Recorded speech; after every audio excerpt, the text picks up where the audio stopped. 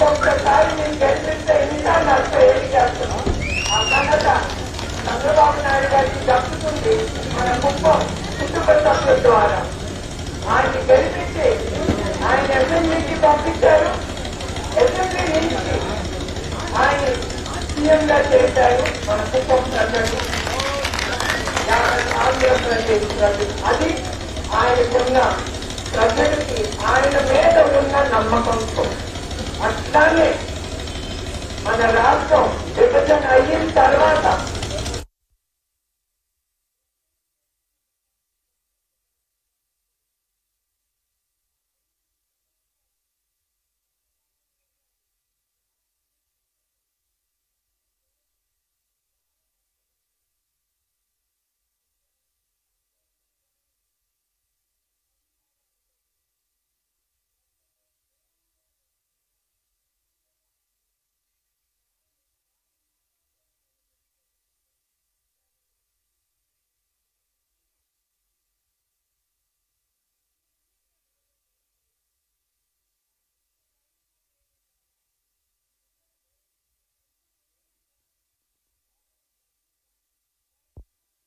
నిలుచుంటున్నామంటే అది మా కుటుంబంలో అనేది మేము ఎప్పుడు ఆలోచించలేదు. ప్రజలకే సేవ అనే కార్యక్రమంతోనే మేము ఎప్పుడు ఉన్నాం. అది కుటుంబం, చంద్రబాబు నాయుడు గారి కుటుంబం గురించి.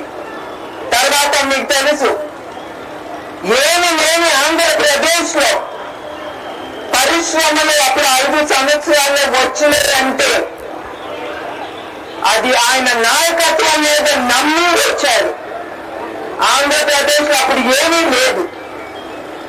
అట్లాంటి ఆంధ్రప్రదేశ్ కి వచ్చిన పరిశ్రమలు కానీ చాలా మంది ఆయన నాయకత్వం మీద నమ్మకం పెట్టుకుని వాళ్ళు డబ్బు పెట్టారు, డబ్బు పెట్టుబడి పెట్టారు మన రాష్ట్రంలో.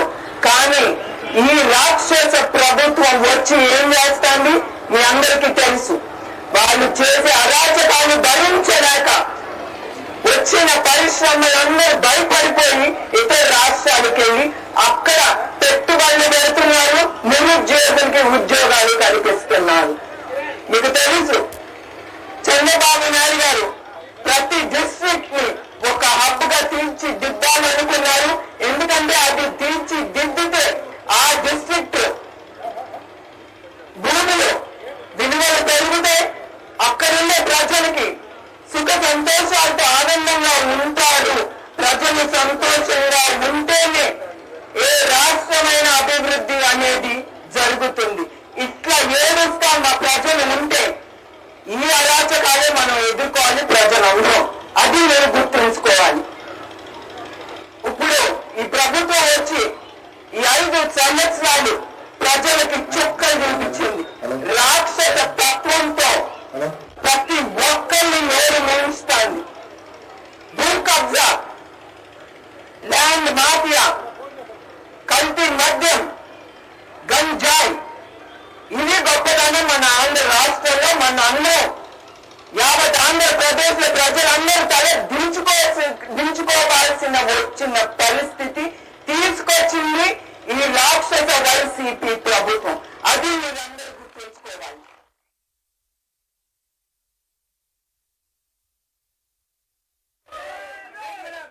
ఎట్లా వస్తుంది? ఒక్క పరిశ్రమ తీసుకొస్తే కదా ఉద్యోగాలు వస్తే మన ఇంట్లో బిడ్డలకి. అది కాకుండా ఈ యువకులకి ఉద్యోగాలు ఇవ్వకుండా గంజాయి దింపడం, యువకులకి అది అలవాటు చేసే యువకులేమో మన ఇంట్లో ఉండే ఆడబిడ్డలకి అలవాటు చేయటం, వాళ్ళ మీద అత్యాచారాలు చేయటం, ఇవి ఈ ప్రభుత్వం చేసేది. తర్వాత భూ కబ్జా, మీ అందరికీ తెలుసు. ఈ మధ్యనే ఈ రాక్షస ప్రభుత్వం వైసీపీ ప్రభుత్వం ల్యాండ్ టైటిల్ యాక్ట్ అని చట్టాన్ని తీసుకొచ్చింది. అంటే 2 సెంట్ల నుంచి 1 ఎకరా పైన కూడా వీళ్ళు సర్వే చేసి తీసేసుకుంటారు మీ భూములు. అది మీరు గుర్తుంచుకోవాలి.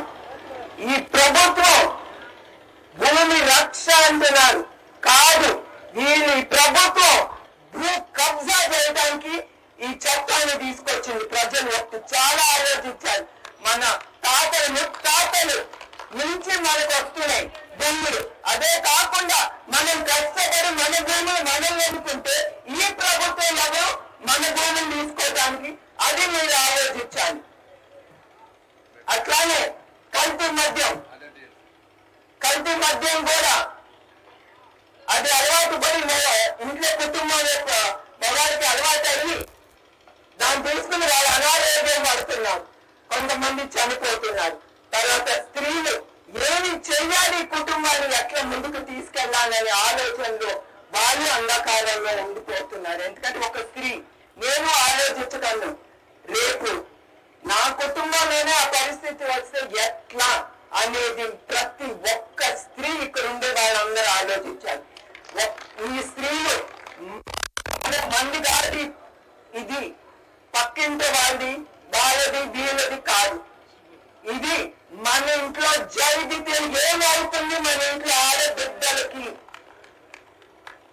మన ఇంట్లో మొగుడికి ఇది అలవాటు అయితే, పిల్లలకి గంజాయి కానీ ఈ కల్తీ మద్యం కానీ అలవాటు అయితే మన కుటుంబం ఏమవుతుంది అనేది ప్రతి ఒక్కరు ఆలోచించాలని అని మీకు విజ్ఞప్తి చేస్తున్నాను.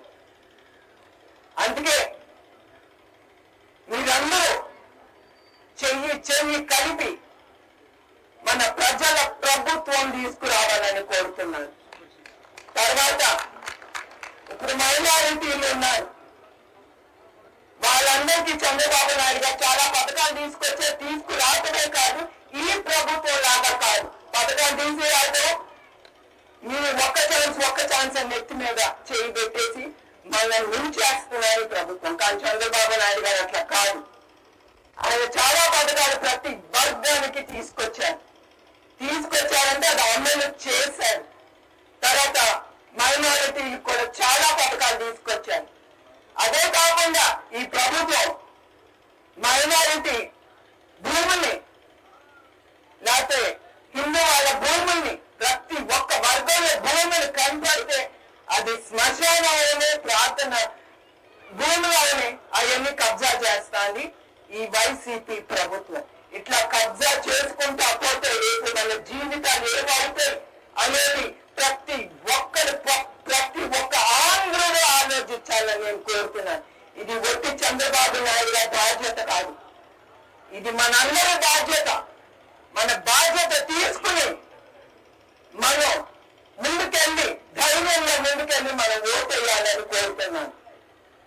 ఇవాళ నేను ఇక్కడ చంద్రబాబు నాయుడు గారి భార్యగా కాదు, నేను ఇక్కడ నుంచి ఒక చాటి స్త్రీగా నేను ఇక్కడ మీకోసం నేను నిల్చుంటున్నాను.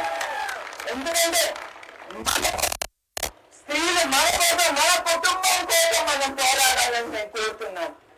మనం ఏదో స్త్రీలు కదా బయటకు వెళ్తే ఏమవుతుంది? ఏమవ్వదు. 53 రోజులు బయటకు వచ్చి పోరాడింది చంద్రబాబు నాయుడు గారి కోసం స్త్రీలు. ఎప్పుడు రాని స్త్రీలు బయటకు వచ్చి ఆయన కోసం పోరాడారంటే ఆయన మీద మన స్త్రీలకి నమ్మకం, ఆయన నాయకత్వం మీద మనం అడుగు బయటికి పెడితే ఆయన సెక్యూరిటీ ఇస్తారు మనకి అనే ఆ నమ్మకం మన స్త్రీలు అందరికీ ఉంది. మీకు తెలుసు, ఆయన సీఎం అయిన కొత్తలో 6 ఏళ్ల బాలిక మీద ఒక అతను అత్యాచారం చేశారు. 60 ఏళ్ళ అబ్బాయి. ఒకటే చెప్పారు చంద్రబాబు నాయుడు గారు పోలీస్ డిపార్ట్మెంట్ కి, నాకు రేపు పొద్దున అతను నా కళ్ళ నిన్న నిలిచబెట్టాలని. కానీ ఆ అబ్బాయి ఏం చేసుకున్నాడు? వేసుకుని చనిపోయాడు. ఎందుకు అనేది మీ ఆలోచన ఉండాలి. అది చంద్రబాబు నాయుడు గారు అంటే భయంతో. అప్పుడు ఆ సెక్యూరిటీ స్త్రీలు పొంది ఇప్పుడు అది లేదు.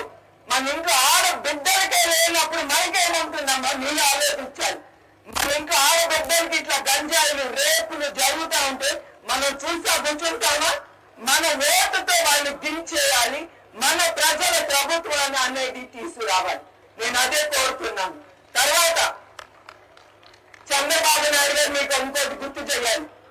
ఏ నియోజకవర్గానికి ఆయన స్పెషల్ మేనిఫెస్టో తీసుకురాదు, అది కుప్పం నియోజకవర్గానికి తీసుకొచ్చారు.